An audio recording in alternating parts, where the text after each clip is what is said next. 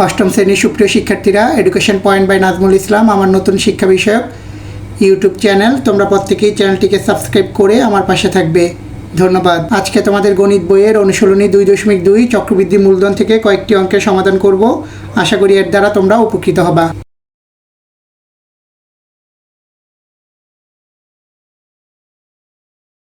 প্রশ্ন নাম্বার 14 ক, সরল মুনাফার হার নির্ণয় করো। দেওয়া আছে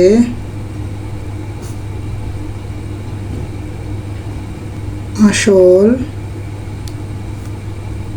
পি সমান সমান 3000 টাকা, সময় এন সমান সমান 2 বছর, মুনাফা আসল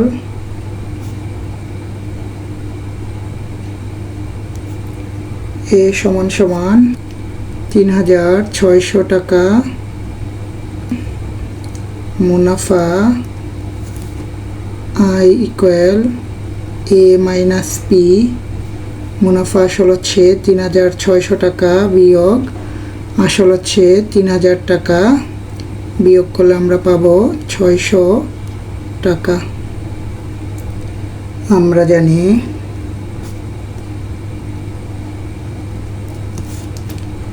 P R N equal I বা R equal I by P N. I এর মান পেয়েছি আমরা 600, পি এর মান পেয়েছি 3000, ইন্টু এন এর মান পেয়েছি 2 বছর। যেহেতু আমরা মুনাফার হার বের করব, এই জন্য তার সাথে 100%কে গুণ করে নিলাম। প্রথম আমরা 100 দিয়ে 3000কে ভাগ করব, তাহলে পাবো 30। 30 দিয়ে আমরা 600কে ভাগ করলে পাবো 20। 2 দিয়ে 20কে ভাগ করলে আমরা পাবো 10 সমান সমান 10%। অতএব মুনাফার হার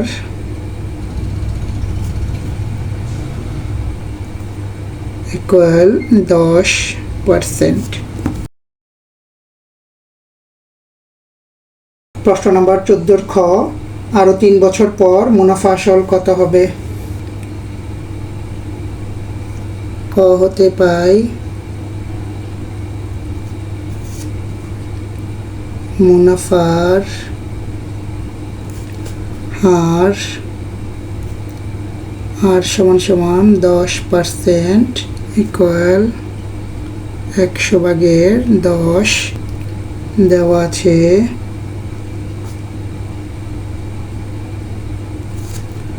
আসল পি সমান সমান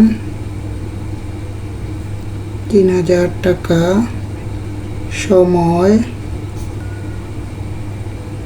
আরো 3 বছর, বাড়ালে মোট সময় এন সমান সমান, পূর্বের সময় ছিল 2 বছর, নতুন সময় আরো 3 বছর সমান সমান 5 বছর। আমরা জানি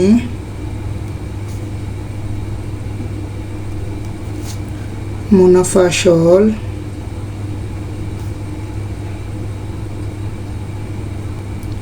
এ ইকুয়াল পি ইন্টু 1 যোগ আর এন। পি এর মান আমরা পেয়েছি 3000 গুণন 1 যোগ আর এর মান পেয়েছি আমরা 100/10 ইন্টু এন এর মান পেয়েছি 5 টাকা। 3000 1 যোগ, এখানে আমরা কাটাকাটি করতে পারি, 10 দিয়ে 100কে ভাগ করলে আমরা পাবো 10, 5 দিয়ে 10কে ভাগ করলে পাবো আমরা 2, তাহলে এখানে থাকবে 2/1 টাকা। 3000 গুণন, এখানে আমরা ভগ্নাংশের যোগ করে দিব, 2 যোগ 1 টাকা সমান সমান 3000 গুণন 2 এর সাথে 1 যোগ করলে পাবো 3 টাকা, 2 দিয়ে আমরা 3000কে ভাগ করে দিতে পারি, তাহলে পাবো 1500। এবার আমরা 1500 সাথে 3কে গুণ করে দিব, তাহলে আমরা পাবো 4500 টাকা। অতএব নির্ণেয় মুনাফা আসল 4500 টাকা।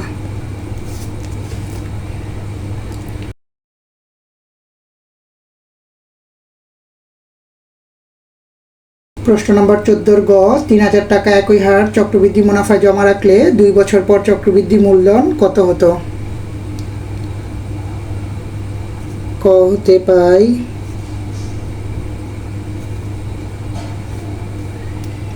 মুনাফার হার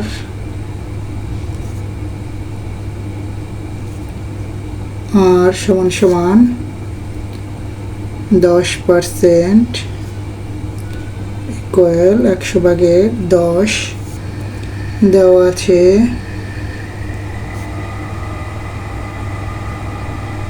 মূলধন ই সমান সমান 3000 টাকা, সময় এন সমান সমান 2 বছর। আমরা জানি